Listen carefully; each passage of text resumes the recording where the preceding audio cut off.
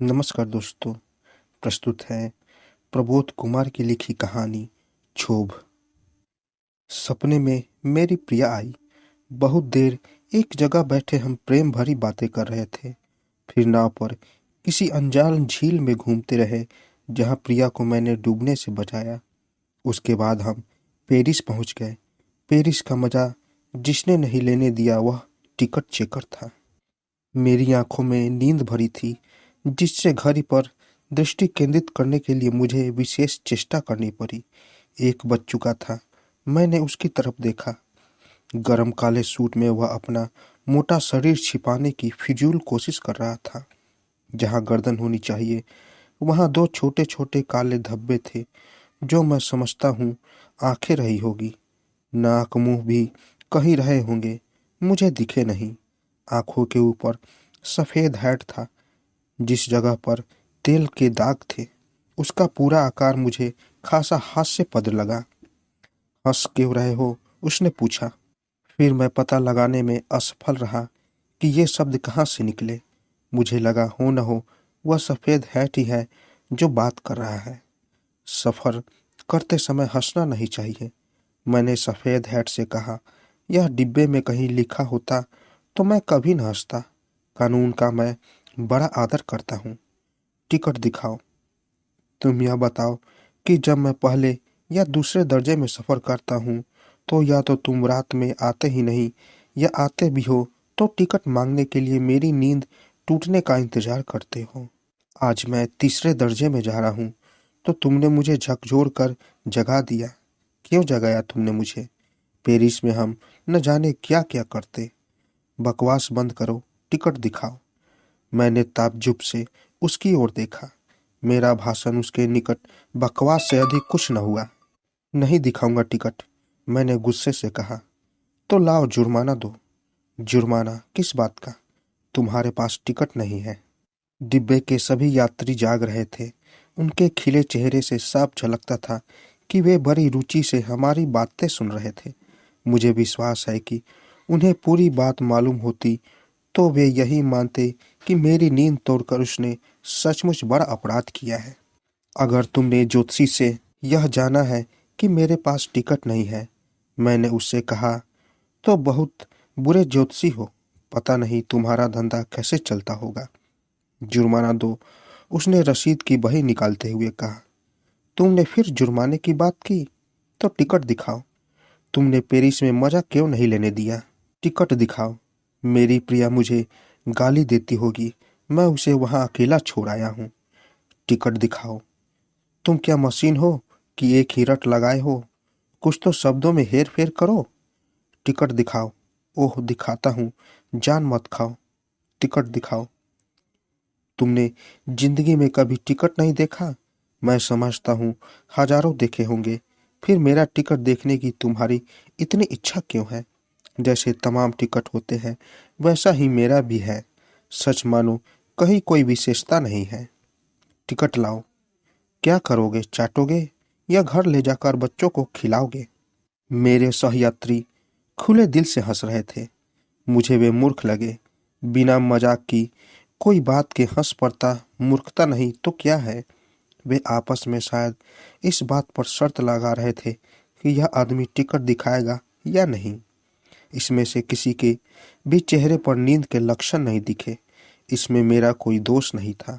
उन्होंने स्वेच्छा से जागरण चुना था। उसने फिर टिकट मांगा। एक बात बताओ, मैंने पूछा। मेरी प्रिया पेरिस पेरिस से आएगी कैसे? उसके पास लौटने को तो पैसे नहीं होंगे। वह टिकट की रट लगाए था। हम वहां से लौटकर शायद शादी कर लेते, मैंने कहा। बिना टिकट देखे वह जाना नहीं चाहता था। बताओ, मैंने कहा। अब मैं किससे शादी करूंगा? लोग लगातार हंस रहे थे। न जाने कितने प्रकार की हंसी उनके मुंह से फूट रही थी। हंसते हंसते उनके पेट फट जाते तब भी मुझे दुख न होता। मैंने उनसे हंसने को कब कहा था? टिकट लाओ, उसने कहा। उसकी आवाज़ भर्राने लगी थी। मुझे लगा अब किसी भी क्षण उन दोनों को छोटे छोटे काले धब्बों में से आंसू निकलने आएंगे। वह रो सकता है, इसका मतलब हुआ कि उसके भीतर भी भाव उमड़ते हैं, वह भाव ही नहीं है। यह सोच मुझे काफी खुशी हुई। आराम से, तुम कहीं सो नहीं जाते? मैंने उससे कहा। यहाँ मेरे पास खड़े बेकार अपना समय बर्बाद कर रहे हो। वह शायद अनिद्रा का मरीज था। मेरी सलाह उसे रुचि नहीं। अपनी मांग पर वह अड़ा रहा। उसके हट ने मुझे काफी प्रभावित किया। इस सत्य से मैं इनकार नहीं कर सकता। मेरी प्रिया समझेगी। मैंने उससे कहा कि मेरा प्रेम कच्चा था। टिकट दिखाओ।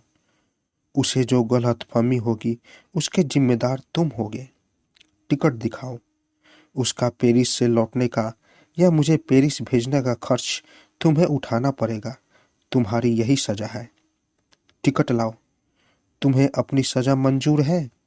बकवास बंद करो। टिकट दिखाओ या जुर्माना दो। वह बोला, नहीं तो अगले स्टेशन पर मैं तुम्हें रेलवे पुलिस के हवाले कर दूंगा। अरे, अब तो तुम काफी चहकने लगे। मैं तो समझता था कि बस एक ही राग अलापना जानते हो। तुम्हारे पास टिकट है या नहीं? तुम्हारे जीवन का सबसे महत्वपूर्ण सवाल यही है। बोलो, टिकट है या नहीं? मान लो है तो दिखाओ।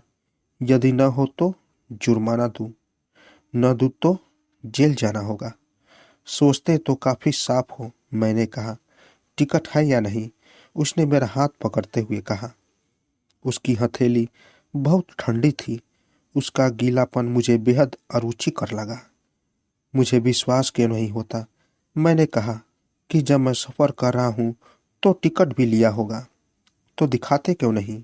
नहीं, यह जरूरी नहीं है कि मैं कुछ कहा कि तुम मेरा ही हाथ पकड़ो। रात के 2 बजे तुम्हारे सिर पर अगर यह शौक सवार हुआ है तो मुझे क्यों इसमें साझीदार बनाना चाहते हो? तुम्हारे पास भी तो 2 हाथ है। बड़े मजे में एक दूसरे हाथ पकड़ते रह सकते हो। जिंदगी भर पकड़े रहो, मुझे कोई आपत्ति नहीं। उसने फिर भी हाथ नहीं छोड़ा। टिकट के हाथ साथ तुम क्या हाथ भी देखते हो? मैंने पूछा। टिकट दिखाओ। हाथ नहीं देखोगे? वह चुपचाप हाथ थामे खड़ा रहा। तुम शायद भूल से समझ रहे हो कि मैंने कहा कि यह हाथ तुम्हारा है, अब तुम इसे छोड़ सकते हो। उसने जब पकड़ ढीली नहीं की तो मैंने झटका देकर हाथ छुड़ा लिया। कलाई पर उसकी उंगलियों की गंदी छाप उभर आई थी, जिसे मैं धीरे धीरे मलकर मिटाने की कोशिश करने लगा। तुम कहाँ से आ रहे हो? उसने पूछा। मेरी कलाई की जगह अब वह अपनी उंगलियों में एक काली पेंसिल थामे था। पेरिस से। मैंने कहा। क्या बकते हो? यदि तुम समझ रहे हो कि मैं किसी नशे के प्रभाव में बात कर रहा हूं तो यह मेरी गलती नहीं। ठीक बताओ, कहाँ से आ रहे हो? पेरिस से। टिकट दिखाओ। तुम अपनी सजा भुगतने को तैयार हो? मैंने पूछा। कैसी सजा? तुम्हारे कारण मैं अपनी प्रिया से बिछड़ गया, इसी अपराध की सजा। उसने दोनों हाथों से हैट दबा लिया। क्षमा करना, मैंने कहा। मेरे पास हैट के दर्द की कोई दवा नहीं है। बताओ, कहाँ से आ रहे हो? उसने फिर पेंसिल हाथ में लेते हुए पूछा। सुनने का तुम्हारे पास जो भी यंत्र है, मैंने कहा, उसे किसी डॉक्टर को क्यों नहीं दिखाते? कह तो चुका हूं कि पेरिस से आ रहा हूं।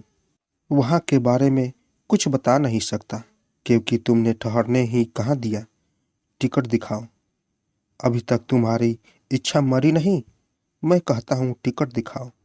अच्छी बात है, दिखाता हूँ। डिब्बे में पूरा सन्नाटा छा गया।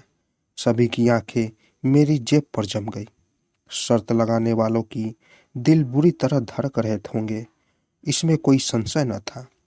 मैं जेब में हाथ डालने उसकी तरफ देख रहा था। इतनी उत्सुकता मैंने कभी किन्हीं चेहरों पर नहीं देखी। टिकट लेकर तुम उसे पंच ही तो करोगे न? मैंने कहा। उसके लिए मैं तुम्हें कोई दूसरा कागज दूं तो? टिकट दिखाओ। बड़ी कठिनाई से उसने कहा। उसकी आवाज कहीं फंस रही थी। उसकी कमीज पसीने से तरबड़ हो सीने से चिपक गई थी। वह बार बार रुमाल से अपने हाथ पोंछ रहा था। तुम अभी तक बच्चे ही हो, मैंने कहा, जो कागजों में छेद करते फिरते हो। उसने फिर कांपती आवाज में टिकट मांगा। बच्चे हो, मैंने कहा, इसलिए तुम्हारी सजा भी माफ करता हूँ। बस तुम भगवान से प्रार्थना करो कि मेरी प्रिया मुझे फिर मिल जाए। सुनता हूँ बच्चों की विनती भगवान नहीं टालते। वह चुप था। करोगे?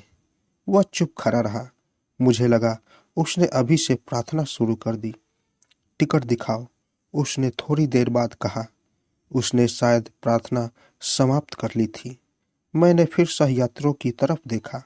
उनकी नजरें अभी भी मेरी जेब पर गड़ी थी। शायद इतनी देर से उन्होंने पलकें भी नहीं झपकाई थी। उत्सुकता के साथ असीम खींच का भाव उसकी फटी आंखों में जमा था।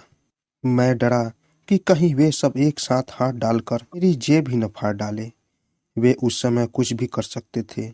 जेब से हाथ निकाल सफेद हैट की गीली हथेली पर मैंने टिकट रख दिया। तो दोस्तों, कैसी लगी कहानी? अगर आप लोगों को कहानी अच्छी लगी हो तो मेरे चैनल को ज़रूर सब्सक्राइब करें और साथ साथ बेल आइकन को भी ज़रूर दबाएं ताकि मेरी कहानी सबसे पहले आप तक पहुंचे। तो दोस्तों, मिलते हैं एक नई कहानी के साथ एक नए वीडियो में। तब तक के लिए नमस्कार।